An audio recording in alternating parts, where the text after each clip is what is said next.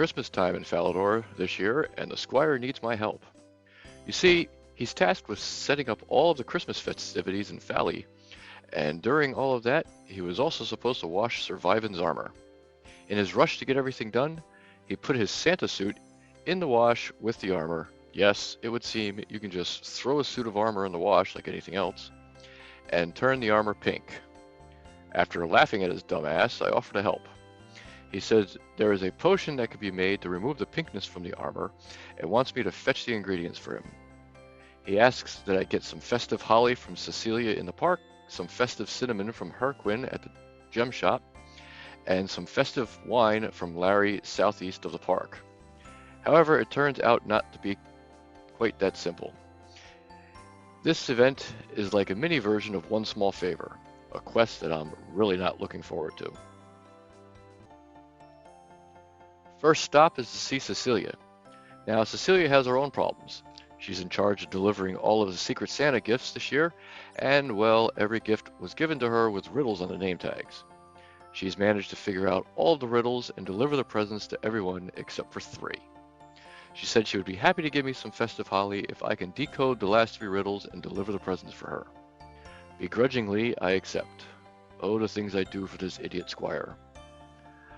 The first present says, I like to sell chain. Protects you and I from pain. As always, prices wane.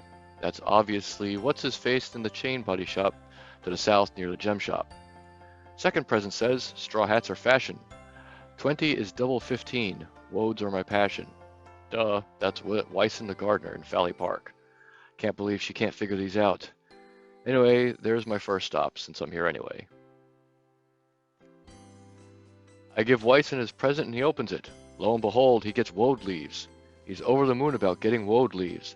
This is the guy you buy them from when you need them. He grows them. He has them all over the place. But he's happy as a pig in shit to get more. Whatever, man. Enjoy. The last present to check says, it grows on and on. I add color and style and shape. Small talk is my song. Well, this one definitely belongs at a hairdresser. Guess that's where I'll head next. The hairdresser opens his gifts as I stand there and wonder what on earth could this guy possibly need. Would you believe it? Someone gave him some scissors. Absolutely astounding. Who knew a hairdresser would need scissors? I would love to meet this absolute genius of an individual.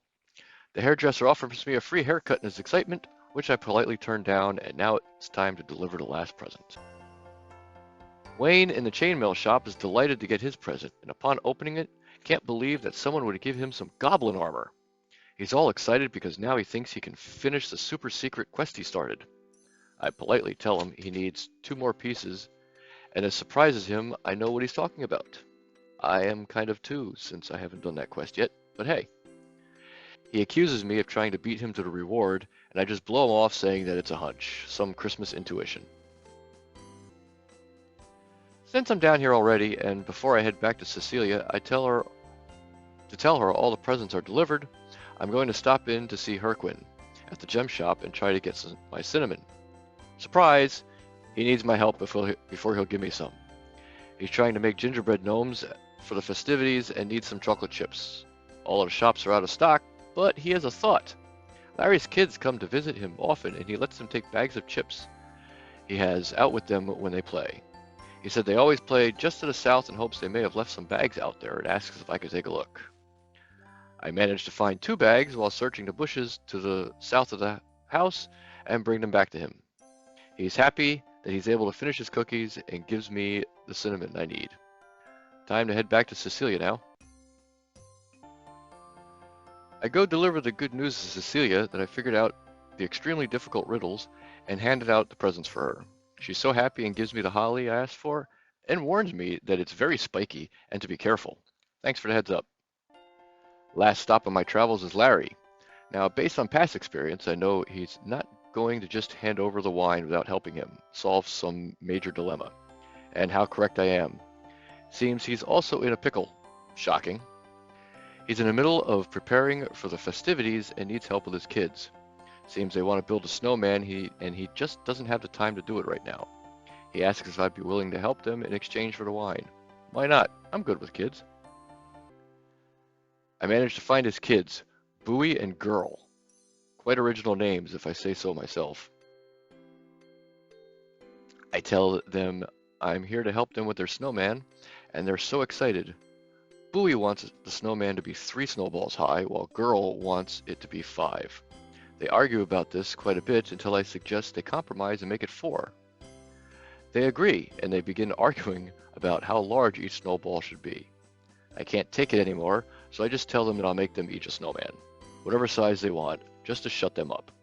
That's how it works in real life, isn't it? I go back to talk to Larry and let him know of my awesome parenting skills and how I'm going to build a snowman for each of his pain-in-the-ass kids. He's thankful that I'm able to keep them out of his hair for a while and tells me I can use his spade outside if I need one. I grab a spade and get myself some snow, and it's time to start building. Thankfully, the scroll in my inventory tells me what each kid needs because there's no way in hell I'm going to remember the sizes.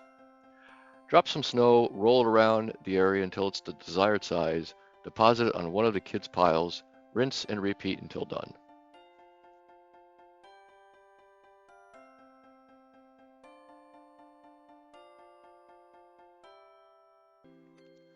When I'm done, they're both excited that they can now decorate them. I leave them to their own devices and go back to talk to Larry. Larry is very happy that I managed to keep his kids occupied and finally gives me the wine I asked for hours ago.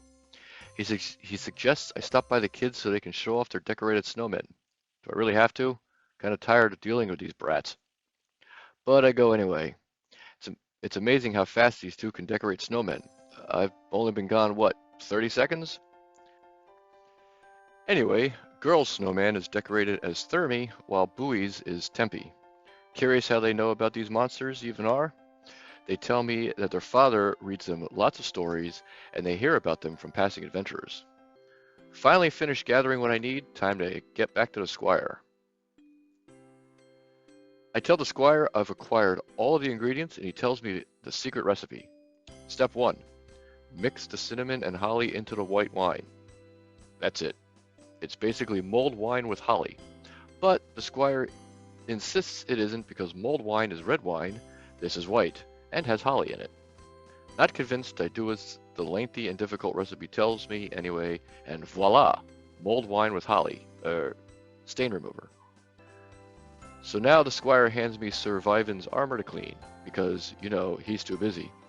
And he tells me to be careful because there's only enough doses to clean the 3 pieces.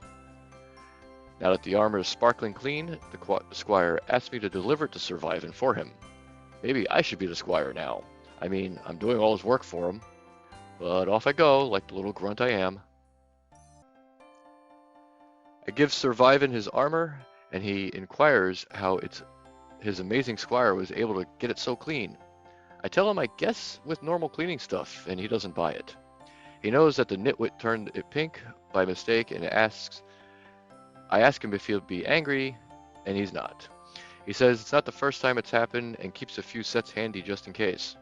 He goes on to tell me how he managed to turn a set green one time due to some incident with exploding swamp toads. He asks that I not tell the squire he knows and isn't upset. He wants to keep him on his toes. Finally, time to enjoy the festivities. First things first, I can talk to Cecilia. She thanks me for my help and asks if I would like to see Santa. I say sure. Santa asks if I'd like to sit on his lap, and I quickly decline that offer. Santa, or rather the squire, thanks me for everything I did to help him out and gives me a present. How nice. Christmas 2021 event done. Got all sorts of goodies here. Aside from the normal stuff from completing the event, I also got all of the previous stuff. Time to put on some festive things and go talk to some of the people around.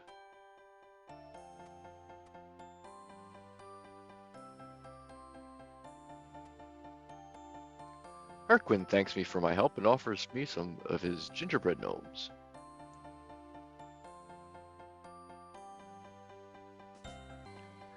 The hairdresser is just pissed that everybody is wearing Santa hats and not showing off their new haircuts. Get over it, man.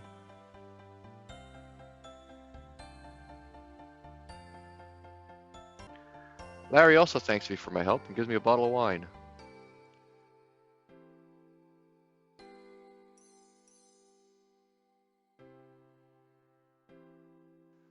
Bowie and Girl are very happy about their snowmen, however, as always, begin arguing about how many gingerbread gnomes they are able to eat. Weiss and the gardener tries to help me decide whether I should get gingerbread gnomes or the wine first. Surprise, I already have both. Survivin is sporting his spiffy armor, have no idea what the hell's on his chest, but he's happy to have it clean and worried I said something to his squire. I assure him I did not.